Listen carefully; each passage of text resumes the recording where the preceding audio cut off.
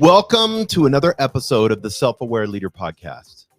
In this episode, we're going to delve deep into the world of emotional money resistance and negative money beliefs. Many of you wonder why. You wonder why you seem to not be able to make money. Many of you wonder why you're having issues where you can't pay your bills, or where you just always, you're a good person. You try really hard, but you just seem to not be able to get ahead when it comes to money. So today I want us to talk about the world of emotional money resistance. And you know as well as I do, as a leader, you're undoubtedly aware of the impact that money has on you. If you own a business and you can barely make payroll, that impact will stress you out more than you can even imagine.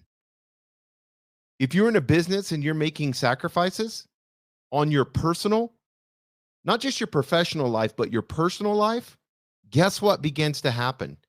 It will erode the relationships with your spouse, your partner, or whatever it is. It will erode that. However, our relationship with money is often fraught with emotional baggage and limiting beliefs. And that is what's hindering you from growth and success. Let me say that again. Our relationship, because that's what it is. It's a relationship with money, is emotional baggage and limiting beliefs. And we're going to get into those. So I want to, in this brief moments that I am here with you, I want to uncover the keys to breaking free from these restrictive patterns. I want us to cultivate a healthy, empowered relationship with money. I want us to understand emotional money resistance. So when you think of this term, it's used to describe the subconscious barriers we build around money. And this subconscious barrier is due to our past experiences, societal conditioning, and then the personal beliefs.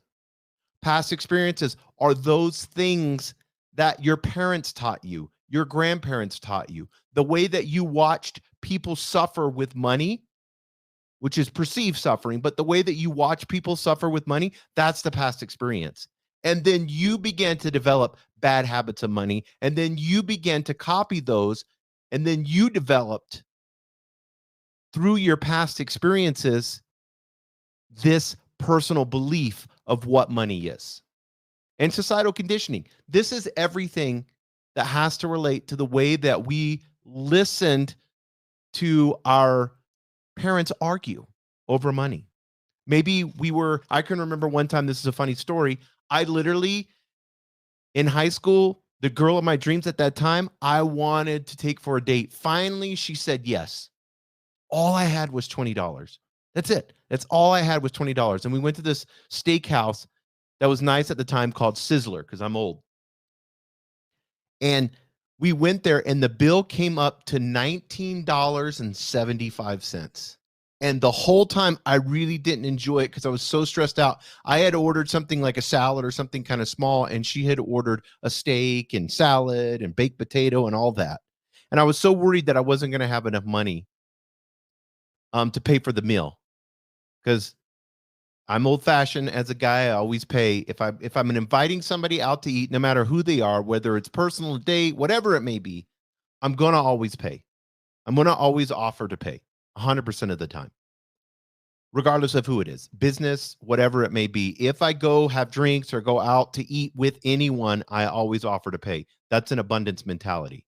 And so this was funny because I had a quarter left. So I put the $20 bill on there. I left the quarter for a tip. The waitress found us as we were walking out the door, and she threw the quarter at me. And I was so embarrassed. I didn't know what to do. It kind of, the whole night was messed up over money. There's $20 of money. That's what it was messed up over. So these barriers are often manifest in the form of negative emotions. And these negative emotions, let me describe these. So when it comes around money, you're going to feel guilt because you can't spend. Because if you have guilt and then you spend, you go against the belief. The belief is holding you back from what you believe at money, and it uses The ego loves to do this. It uses guilt, and then this next one, shame, or even fear, when it comes to whether you earn money, whether you spend money, or whether you're saving money. This resistance leads, get this, guys, to self-sabotaging behaviors. And it will always prevent you from fulfilling and reaching your full financial potential. These self-sabotaging behaviors that the ego loves to do to try to protect you through fight or flight, it's evolutionary psychology. It's like, oh no, money, money, money, trigger, trigger, trigger, trigger. And then from there, guess what happens? I need to do this behavior to protect myself, which is self-sabotage. So I'm going to run away. I'm going to lie. I'm going to, have fear and feel guilty and get depressed after I went on a shopping binge online. I'm going to get the package and I'm not going to enjoy what I ordered because I'm so stressed out about it. So, how do we break down negative money beliefs? If they are so deeply ingrained in our thoughts and ideas, and they shape our perception of money, and then they alone, through those thoughts, because thoughts become actions, they dictate our financial behaviors, then it creates this money belief. It's like a belief system, like a faith system. Like, for instance, people say this: money is the root of all evil. It's the love of money is the root of all evil, which is greed. Because what does greed do? It causes you to do dishonest things because you're craving money like addiction, like a drug. So you'll do whatever it takes to get it. The love of money is the root of all evil, not money itself. Another belief is rich people are greedy and selfish. Majority of rich people give most of the money to not-for-profits. How much money have you given to not-for-profits? How much money did you give last year to help people out, to help organizations out? So we need to be careful what we say about rich people. And then this is a huge one I've heard many, many times is I don't deserve to be wealthy. Or this one too, money can't buy happiness. And all of these beliefs often originate from our upbringing, societal influences, our past experiences. And I'm telling you guys, they are so difficult to change. They are so difficult for you in your higher self to challenge it. But doing so is essential. So, how do we transform our relationship with money? To overcome emotional money resistance and negative money beliefs, we need to consider these steps. And this is for personal and professional growth. Identify and acknowledge your money beliefs. Reflect on the thoughts and emotions that arise when you think about money. You need to consider these steps, and I want you to consider them carefully. And I'm going to say it again: identify and acknowledge your money beliefs. You've got to identify them. You just have this whim about how you feel emotionally reactive towards money. Identify them, acknowledge them, know what they are. Then you can be like, oh, that's not real. That's a false belief on money. Next, reflect on the thoughts and emotions that arise when you think about money. How do you feel when you hold money? And you should get money. Take your paycheck one time and just put it into cash. So you have 500, 1,000, 2,000, 5,000, whatever your paycheck is. Just hold that money. And I want you to keep it over a weekend. I want you to keep it by you. I want you to have it underneath your pillow. I want you to have it around you. And if you can, have a good amount, whatever a good amount. It's $100 a lot to you, is $1,000 a lot to you. What makes you uncomfortable? And have that amount around you and keep it for a couple days. And this is just between you and the money. This is your relationship with money. I do not want you talking about this to anybody else. And you're going to hold this money. You're going to put it under the pillow. You're going to dream about it, think about it. And you're going to see the way that you react in the relationship when money is around. Just like a person, think about it that way. The energy that you give, are you nervous? Are you fearful? Do you think you're going to lose it? Do you want to like hide it? Recognize the beliefs that may be holding you back and make a conscious effort to address them. And this exercise of having an uncomfortable amount of money that you can hold and keep with you for a few days is going to challenge your beliefs. It's going to challenge the validity of your negative money beliefs by looking for evidence that contradicts them. For example, consider wealthy individuals who have made a positive impact on society, or remind yourself of the many wealthy people who are generally happy and fulfilled. Who do you know that's wealthy, that has money, that's happy? Who do you know that is fulfilled? Who do you know that has money that's doing it for good? You can look online, you'll see hundreds of thousands of wealthy people that are doing good with their money and are happy. They are fulfilled. So you have to start replacing negative beliefs with positive affirmations. Create empowering affirmations that counteract your negative money beliefs. And you need to write them down or print them out from your printer and repeat them daily. For instance, it's that instead of thinking, I don't deserve to be wealthy, tell yourself, I am worthy of abundance and financial success. Say it with me right now. I am worthy of abundance and financial success.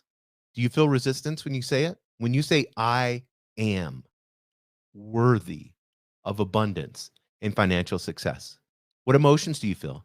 Do you feel like you're not worthy? Do you feel like you're cheating yourself when you say it? Do you feel like it's woo woo and it's silly? Well, get into that emotion. Why do you feel like it's silly? What's the real reason? Is your ego playing a trick on you and you're actually fearful towards money and so you just be sarcastic about it? I am worthy of abundance and financial success. Next, develop a healthy money mindset. Cultivate gratitude for the money you have and the opportunities it affords you. I am so blessed that I can pay this bill because I help other people get employed. I am so blessed that when I write this bill, when I click pay bill, that I am supporting this industry. And in this industry, there's a supply chain. And in that whole supply chain is thousands of people that have a job because of this money. I love to give and receive money. I want the flow of giving and receiving in money. That's the gratitude you begin to practice. Every time you get your paycheck, every time you see it in your bank account, have gratitude, be thankful. Don't open your app thinking that you're going to have negative money in the app, thinking that you're going to bounce. And you're like, oh my God, how much is in my account? Oh my God, here I go. I open up the app. Oh, okay, I have $100 in there. Whew. Cultivate gratitude for the money you have and the opportunities it affords you. Focus on the value you provide to others through your work and view money as a tool that enables you to make a positive difference in the world. That's all it is, guys. It's a tool. That's it. It's energy. It's a tool. Set clear financial goals. I love to make smart financial goals. That's specific, measurable, achievable, relevant, and time bound. That's smart. And you can look that up. Just type in smart goals. You can even type in smart financial goals and you'll see.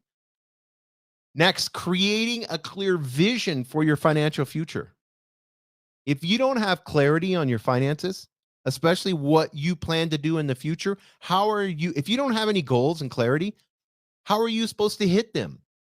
You need to put it out there in the universe and say, this is, I'm making $50,000 now. By the end of next year, I'm going to find a way to make 75,000.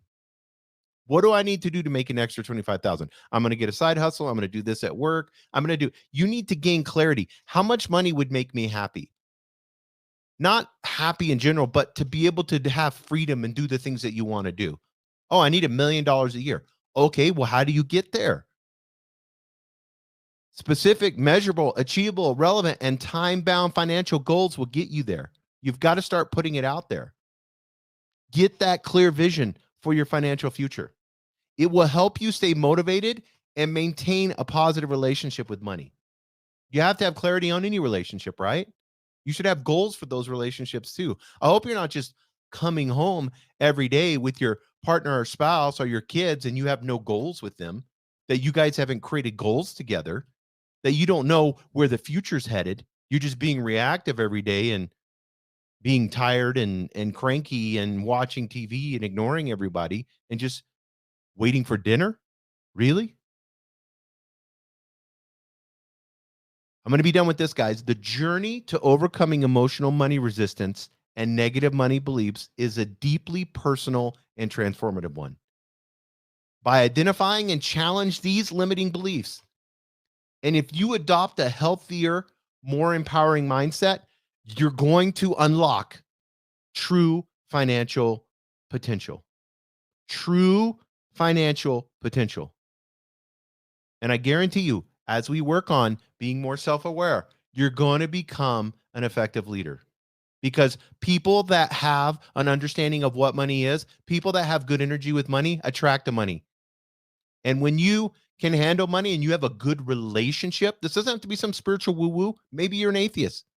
I don't care. How's your relationship with money on a psychological format? I want to help you on your journey to financial freedom and success. And the way that we get there is by being self aware and understanding who we are, and that we, each of us, guys, has the power inside of us to have success.